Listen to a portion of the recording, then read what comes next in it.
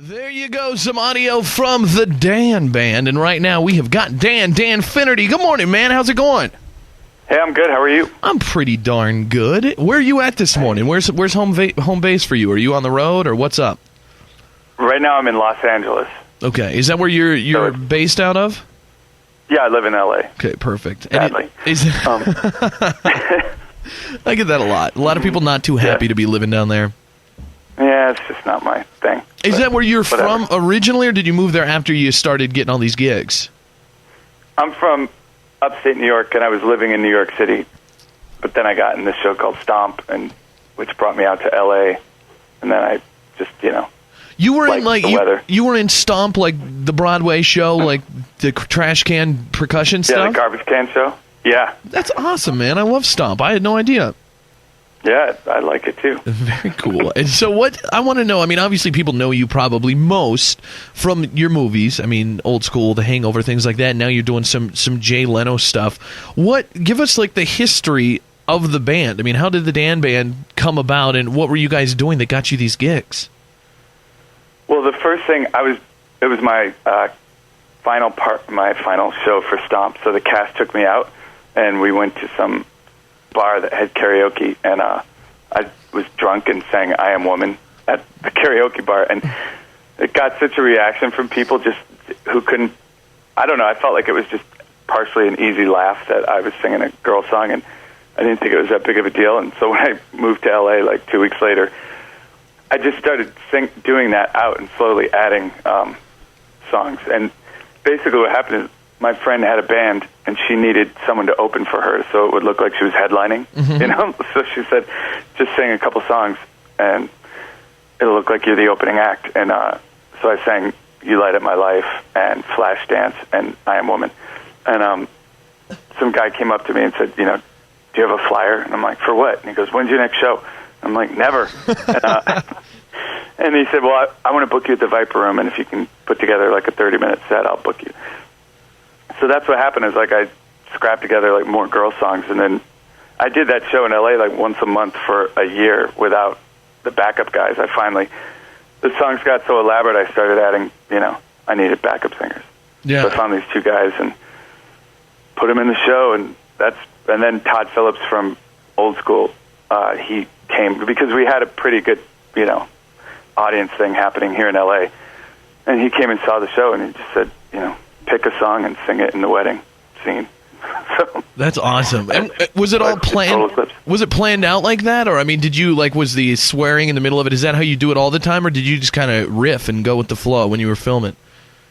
No, I actually, that's how I sing all the time, and it's partially because I was an altar boy growing up who was never allowed to swear, so now it's like I have Tourette's. But the other part is it's just rhythmic, where I think I'm just trying to see how many swear words I can fit in before the next lyric starts.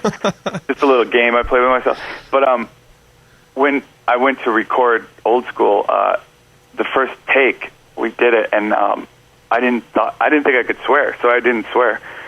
And Todd stopped, and he's like, "Wait, what are you doing? Are you going to swear?" Because that's what he loved so much about my live show. And I was like, "Oh my God, really? I can swear?" And then that was it. And the rest is history there. And then the Hangover was kind of the same thing. They saw you in Old School and thought, hey, we need him in this one too? Well, it's the same director. He then put me in Starsky and Hutch, and I sang at a bat mitzvah.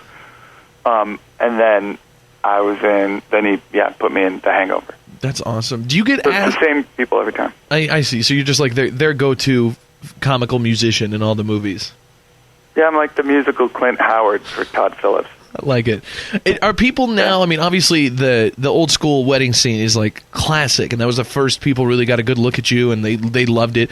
Do you get asked nonstop to sing at people's weddings? Yeah, which is funny because we were never a wedding band. It's like I started this more as like a comedy act, and but I don't do weddings it's to protect the grandmas.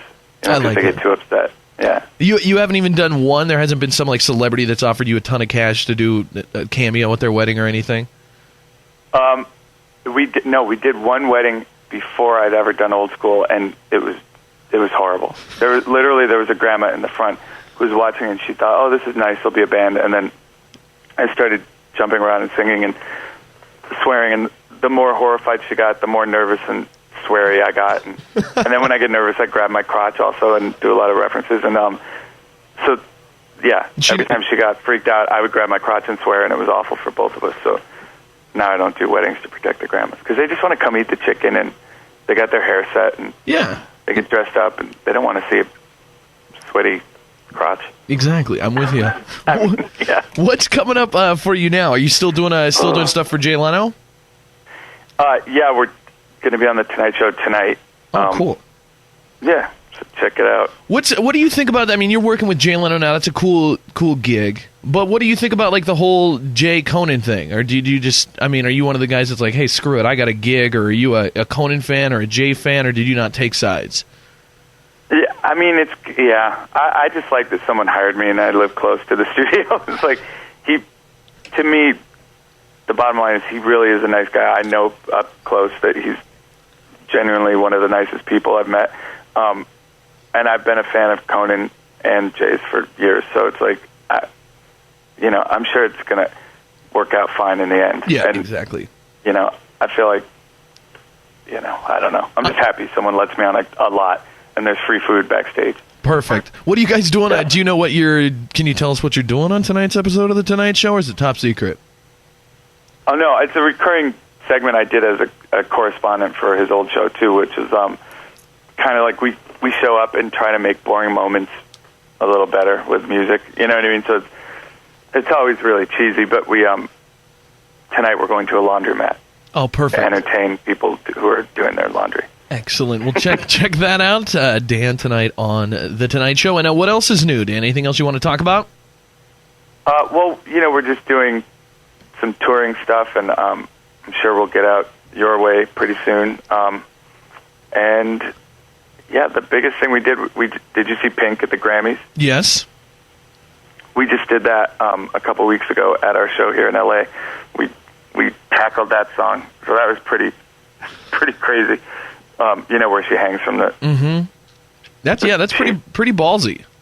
Yeah, but that's on. You could see that on YouTube also. Very cool. Well, check it out. Check out the Dan Band on YouTube, on the internet. Look forward to the tour, and also check out Dan Finnerty and the rest of the Dan Band guys tonight on Jay Leno, The Tonight Show. Dan, love your work. Hopefully we'll see you in some more feature films here soon, and keep up the good work, and we can't wait to see you out this way on the tour, man. Thanks for being with us.